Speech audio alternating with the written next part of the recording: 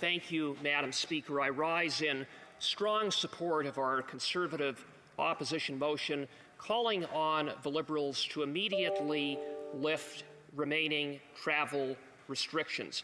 Travel restrictions that leaders in the tourism and hospitality sector, in the airline industry, say are harming business, damaging Canada's international reputation, and resulting in chaos at our airports.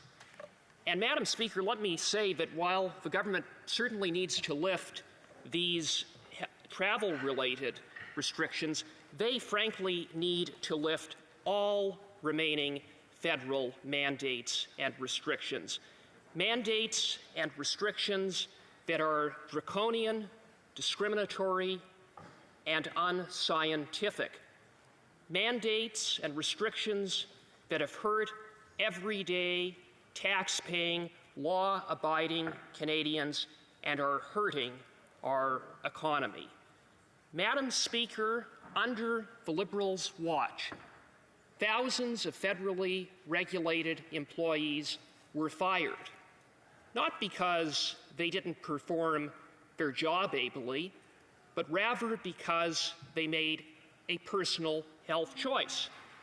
The Liberals can point to provinces who imposed similar mandates, but guess what, Madam Speaker? Those provinces have lifted the mandates and rehired workers who were let go, but not these Liberals. 3.7 million Canadians are landlocked, unable to leave the country, unable to travel freely within Canada because they can't get on a plane or a train, again, for making a personal health choice.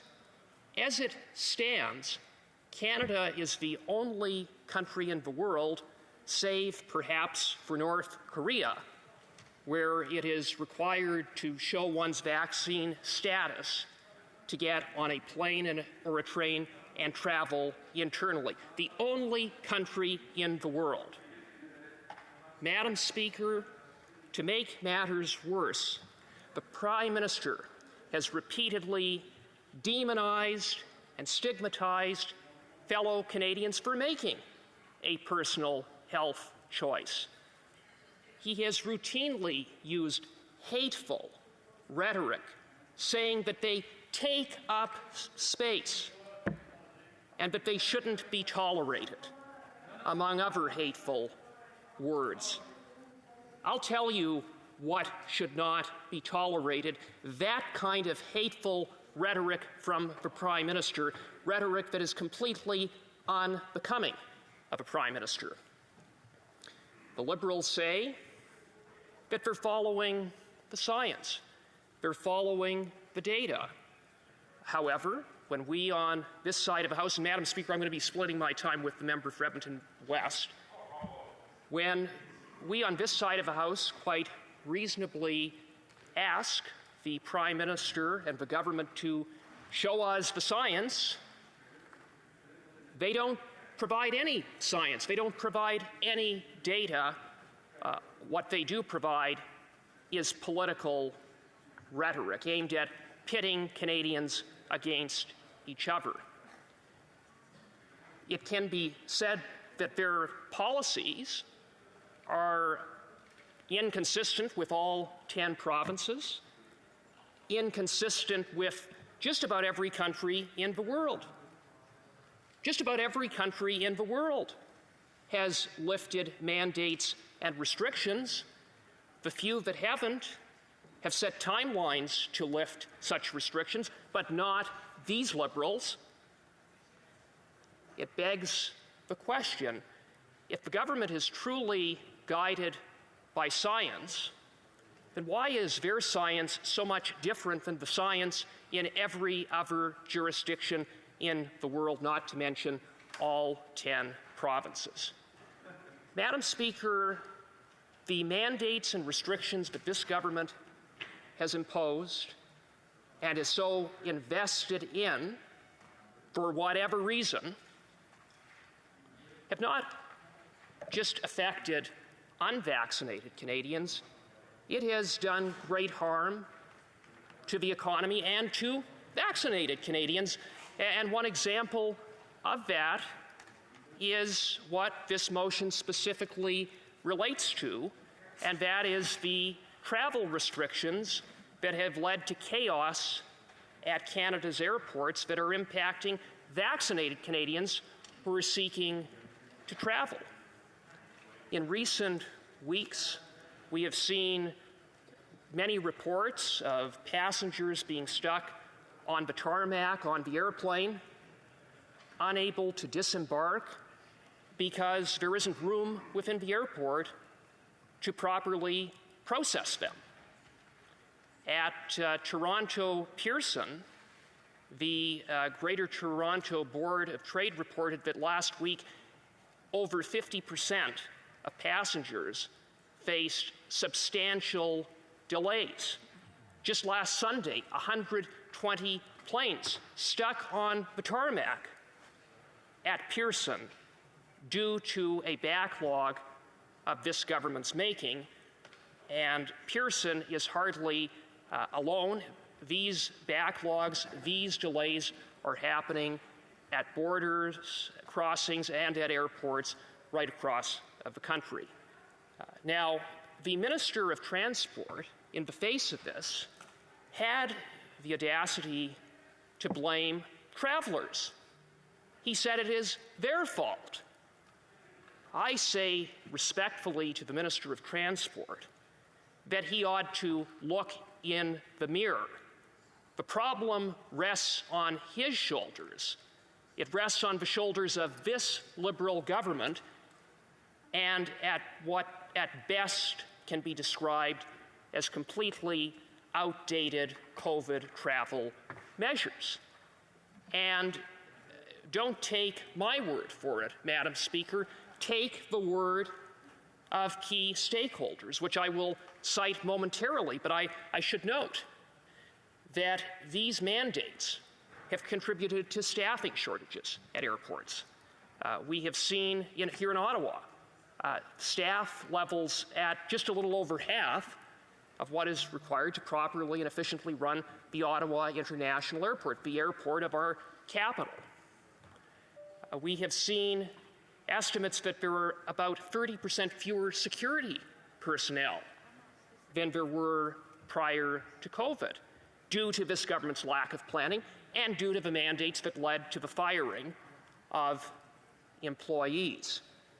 And then you add these restrictions. The random testing and health questions that are put to travelers is estimated to quadruple processing times according to the Canadian Airport Council. Quadrupling waiting times, processing times. And the minister says blame traveling Canadians? When you have staffing shortages and when you have measures that are quadrupling processing times, it's pretty clear where the problem lies, Madam Speaker.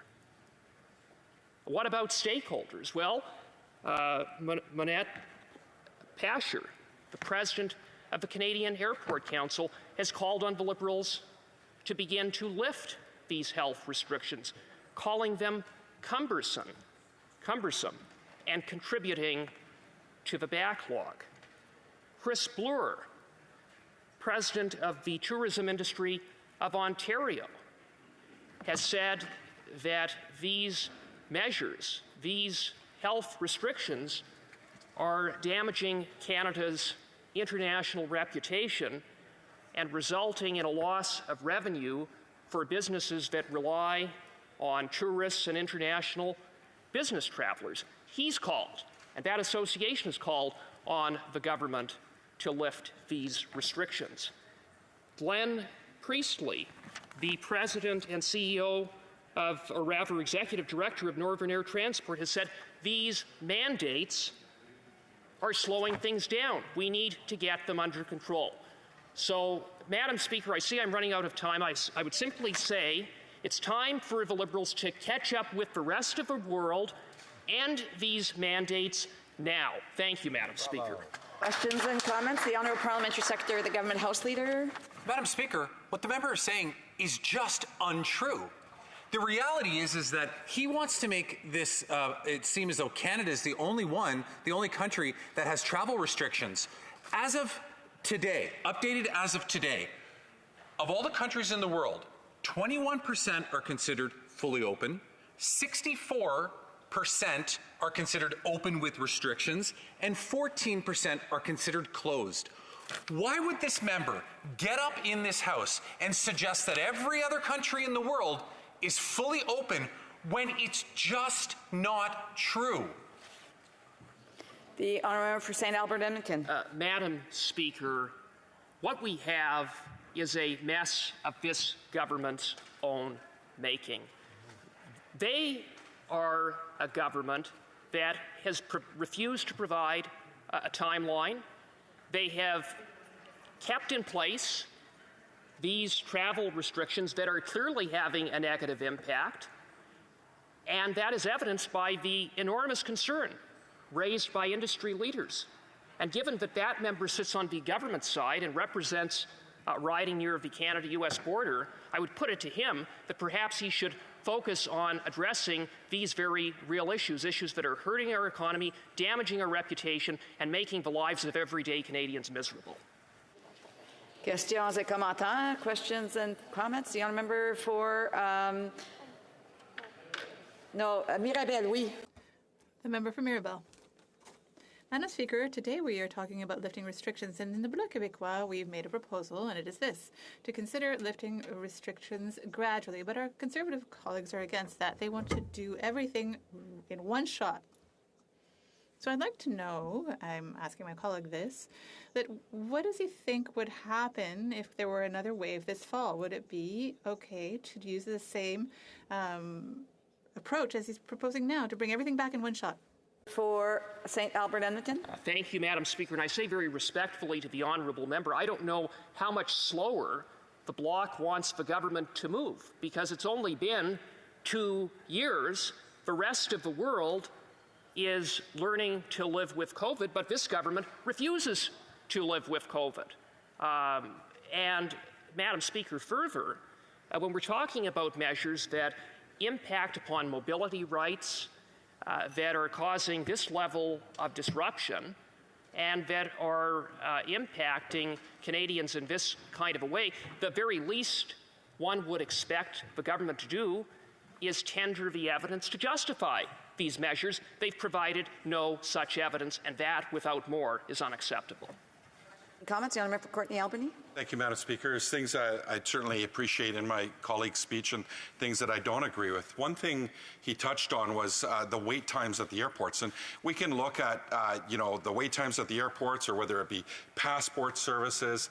And we know, Madam Speaker, that the government has not adequately staffed up the resources to respond to the increase in the amount of travel. But one thing we've constantly seen from Conservatives over the years, and so this is always a surprise to me when Conservatives are saying there's not enough public servants, is when they cut services, then they complain about it.